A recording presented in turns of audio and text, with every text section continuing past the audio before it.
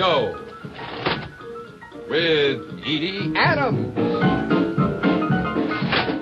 and Matt Dennis and Matt Dennis and Archie Cody in the orchestra. And I'm Bill Wendell. What did you have to go and do that for, Edie?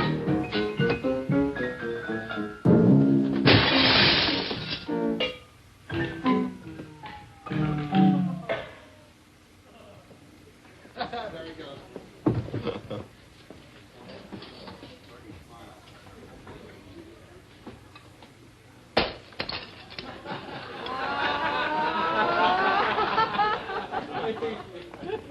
Now, see, it's a breakaway vase. It's okay.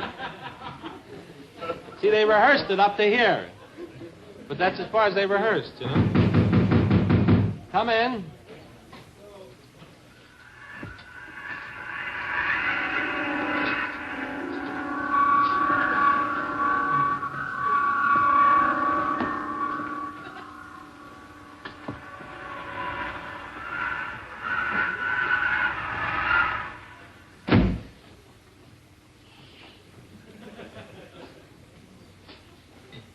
He's been away.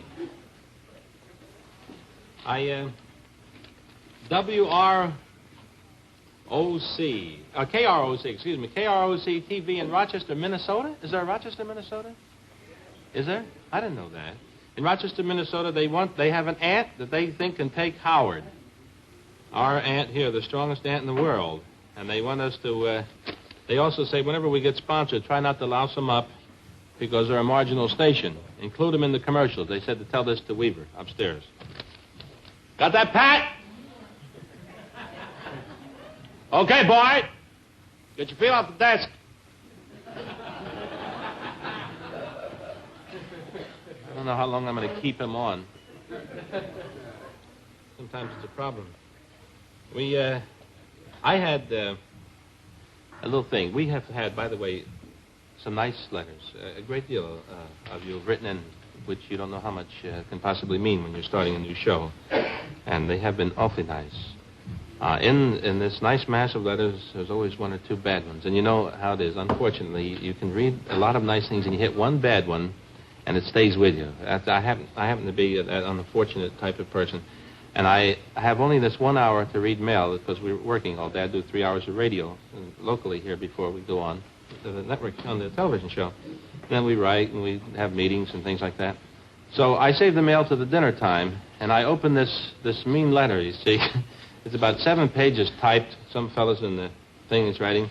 It goes on, and he drags the show apart, and I can't eat. I put the fork down, and everything is going wrong, and everything is getting worse. And at the bottom it says, and I have lots of good material that can pull your show out of the hole it's in. Right at the bottom. You see, now if I'd read that first, I wouldn't have minded so much. But those things bother you. I guess I'm getting old now. But you have been nice, and anybody who doesn't like the show's a troublemaker. It's all just plain troublemaker. Still snowing out, huh? No. We have, before we get to, I was picking this up. I was standing out there for a minute reading this thing. I don't know how many of you read Hollywood columns. I always get a real charge out of them. This is today's. This is Sheila Graham. It's just something the way they write a Hollywood column, I think is great. Are Jimmy Durante and longtime gal pal Margie Little married? I raised the question because of their joint Christmas card, a door with a key and the message, from our house to your house.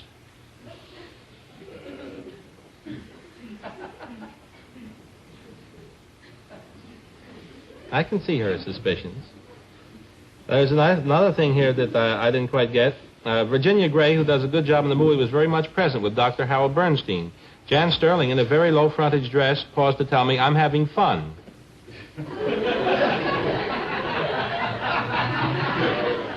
Paul Douglas nodded in agreement. The last item here, I don't know, this is not a thing to joke about, but just the way it's... Dan Daly was lunching at 20th Fox without the brace on his fractured neck for the first time.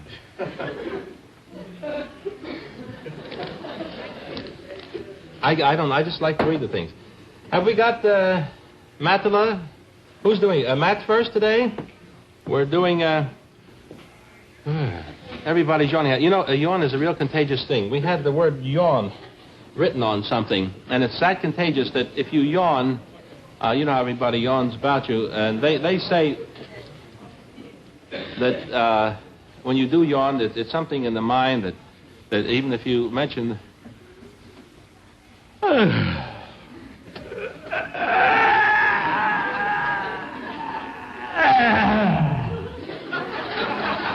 But I don't think it's true. I don't think it's true at all. I think that's just one of those stories that gets around, you know? We have Matt Dennis out there. Everybody's all lighted up. I shouldn't have thrown you that cue first. I should have kept it in the dark over here. Matt is doing a thing. What are you doing, Matt? I haven't... Mimi. Oh, yes, Mimi. It's right here. Yeah. That's right. M-I-M-I. Mimi. There's a lot of shouting up there. You seem to be standing in the wrong place.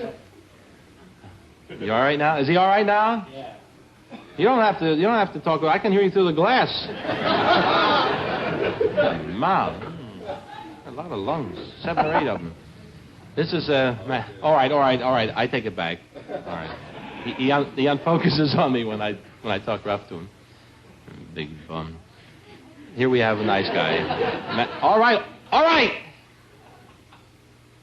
Here's Matt Dennis.